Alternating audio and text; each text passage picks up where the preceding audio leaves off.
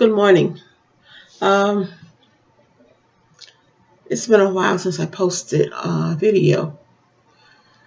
Um, I want to continue a topic on witchcraft, voodoo, black magic, spells, and all those types of things that seek to control and have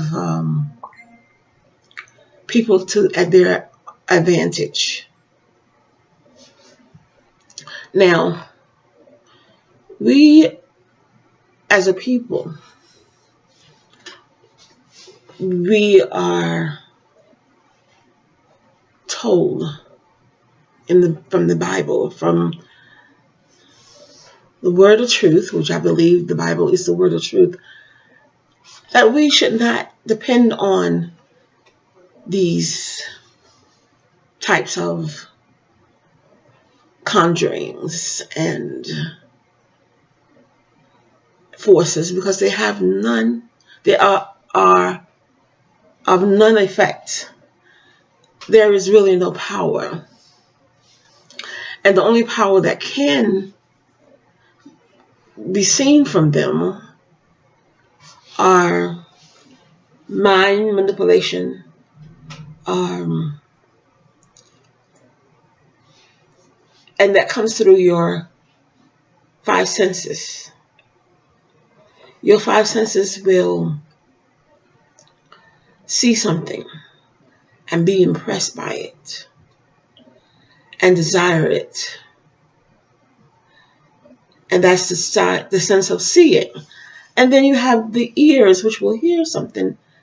And because you lack the knowledge and wisdom, you will hear it and it will sound good to your soul and your thoughts and your mind, your imagination and fantasies. And so your flesh will feed into it. And so your will want to do it. And then tasting will also influence you. Because when we take in wine and drugs and food, can be another drug. The good taste of it, and it becomes a desire. And so when you're dealing with drugs, it alternates the mind, the thinking, the feeling of your body. And so through those ways, we can become possessed. Touch. Through tasting, we can become possessed. Through seeing and hearing. Now we're dealing with touch. Touching. Manipulation can also go hand in hand with tasting and seeing and hearing. All those five senses components can work together and become a whole person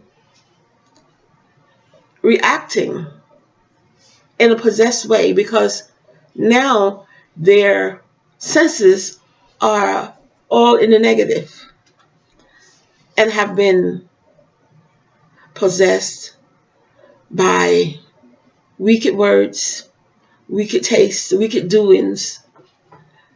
And now what do you have? Someone that is out of control, someone that have lost themselves. And now you can depend on, or you think it's going to work, you start depending on potions. Potions that you think is going to get you out of this. And you start to feel what you read on certain magical things and voodoo and tarot cards and all those kind of things that go along with voodoos and casting spells, you start to think that these things are powerful. Even calling on ancestors praying to them. We cannot get any help from dead people. But there is a source that has been laid up for us, that is watching over us, and that is wisdom and knowledge. Wisdom tells us to keep good law, to keep good standards. This is where, and good principles, this is where the power lays. The power is in good thinking, righteous doing, godly thoughts. We cannot get it twisted in thinking that we are in control. When we start to feel that we can control it by casting spells, that we can control one another, we can get it right, we have to be strong in thought in order to combat the spell that has been casted on us for generations, to generation to generation. We have been fed lies and deceptions, which have put us in a frame of thought that it's hard for us to come out or believe that this is true, that we have been deceived. And we must remember that our ancestors, our people of Israel, got into this situation of bondage for the same things that many today are saying that we should go back to. And that is idol worship, image portions, on worshiping the dead, calling on the dead. We have done that, and it has not been of any effect. We are still in the same situation. And what is bringing us out in this present time is the knowledge, wisdom. As the word says, my people perish from lack of knowledge. And so we must look to knowledge and wisdom, and to the prophets who is speaking and reminding us of the prophecy of old, not to the ones who are prophesying lies and telling you that you're going to be rich and things are going to be okay and that you will have a fancy house and a fancy car and that you are going to be someone famous and they can see it, ha ta ta. We are not to look to people who prophesy from their feelings, prophesize of their desires to be seen as a prophet. If you have dreamed a dream, then tell a dream. If you have discerned something, then speak about the discernment. Otherwise, prophesy what the Word of God says. Prophesy what the book of Jeremiah says. What Deuteronomy says. Prophesy. Prophesy. The book of Joel. And so many others. This is prophecy is not in this time. All has been spoken. And what is to come, you can find it in the Word of God, the Holy Bible, the Holy Scriptures. look to that as a guideline, as a blueprint on how we should live our lives. It is not about spells or voodoo, black magic, witchcraft. It is not about those daughters. And I'm speaking to the daughters who are following those women who are teaching that we should look to these evoking of these spirits and of these entities, angels that will come and help us. Solomon, using Solomon as example. And Solomon, he also lost favor after asking for these powers. He started to get out of control with them. And this is what will occur when people start to feel that they can evoke these powers and get quick fix. We, as a nation of people, must turn back in order to get our answer. We must turn back from our weakness. And the only way we can do that is by being obedient, committed, unified, loving one another, keeping our holy days, keeping our Sabbath. Yes, when we do that, then power will be restored to us. And we will be seen as good stewards over what has been given us.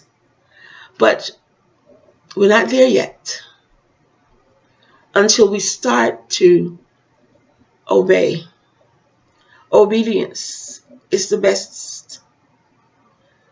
At this time, we must see that obedience is what the Most High wants from us. And when we walk in obedience, we walk in faith. And faith pleases the Most High, because we believe in what has been said, what has been written. There is no time for us to start going to the left when we have been following the straight and narrow. So do not let any wind of doctrine get you off course. Sisters, do not let any wind of doctrine get you off. Stay to the scriptures. Listen to the prophets that are good and speak in love and truth. Not trying to downtrodden the women and oppress them, but seeing that women must be loved as Christ loved the church. That women are also equal, although we have different roles, but that women are to be loved and treated right. And that when a husband do not treat his wife right, the Most High will not hear his prayers. And when women get too roused up and forward, she will suffer a curse. So we must work together, men and women of Israel.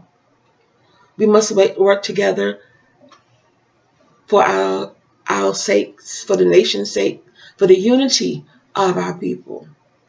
And our children that are watching and coming up to us. We must see this as something detrimental, something that we must do.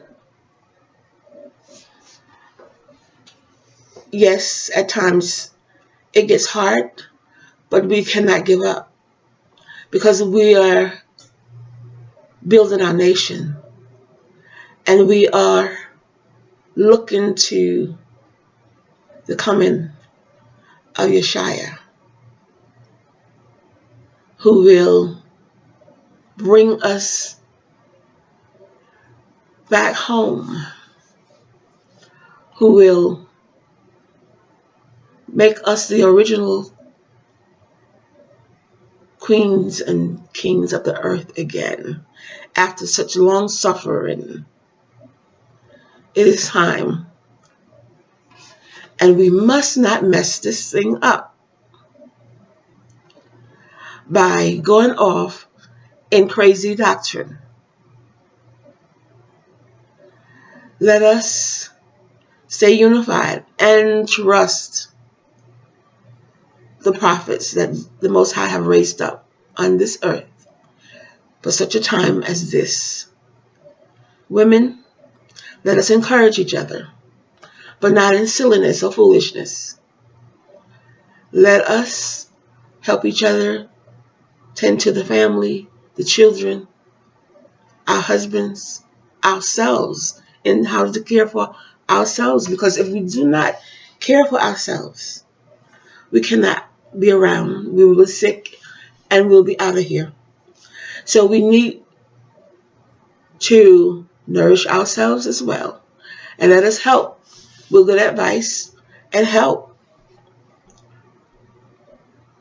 when it's asked of us to keep us standing and in love.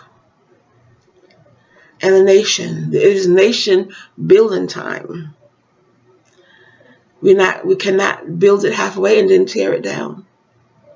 We got to go all the way in order to see results. So let us be about keeping the nation, building it stronger.